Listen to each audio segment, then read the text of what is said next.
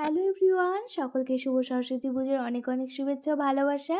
সকলে কেমন আছো ঝটপট আগে কমেন্টে জানাও। তো এটা হচ্ছে আমার সরস্বতী পূজার ব্লগ, আর আমি যখন ব্লগটা আপলোড করব অলরেডি সরস্বতী পুজো পার হয়ে গিয়েছে।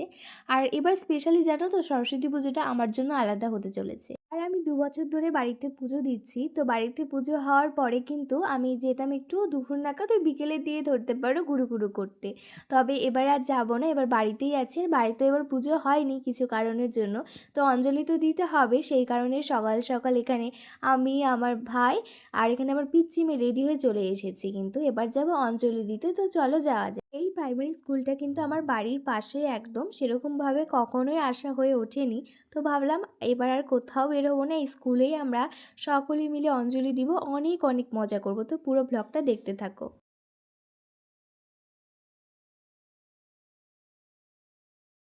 আচ্ছা, কার কার আমার মতো এই ব্লগটা দেখে ছোটবেলার কথা মনে পড়ে যাচ্ছে বলো তো? সেই ছোটবেলা মা কিন্তু সরস্বতী পুজোর দিন সকালে ঘুম থেকে তুলে স্নান দান করিয়ে শাড়ি পরিয়ে কিন্তু পাঠিয়ে দিত অঞ্জলি দেওয়ার জন্য।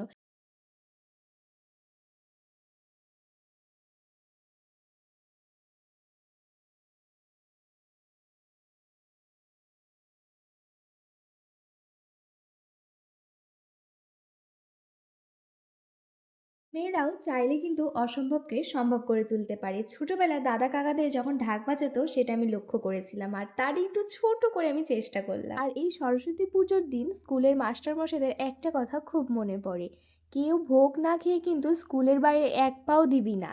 তারপরে অঞ্জলি দেওয়ার পরে কিন্তু আমরা বসে পড়তাম ভোগ খেতে। আর কি সুন্দরভাবে খিচুড়ি রান্না হতো, আরও কত কিছু, পাঁপড় ভাজা, চাটনি, আরও কত কিছু।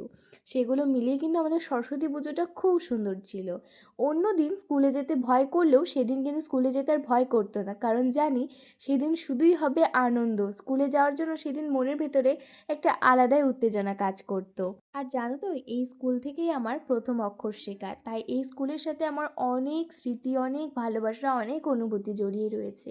আর অন্যবারের তুলনায় সরস্বতী পুজো এবার আমার কাছে অন্তত স্পেশালি খুব ভালো কাটলো, খুব। আর তোমাদের সরস্বতী পুজো কেমন কাটলো, তোমরা কতটা মজা করলে আমাকে কিন্তু কমেন্টে জানাতে একদম ভুলবে না। আর আজকে কিন্তু স্কুলের খিচুড়িটা খেতে একদম জাস্ট ওয়াও হয়েছিল, অসাধারণ খেতে হয়েছিল। তো আজকের ব্লগটা এই পর্যন্তই রাখছি। তোমরা সবাই খুব ভালো থেকো, সুস্থ থেকো। আর তোমরা কীরকম ব্লগ আমার কাছে দেখতে চাইছো অবশ্যই জানিও। তো সবাইকে আজকের মতো টাটা।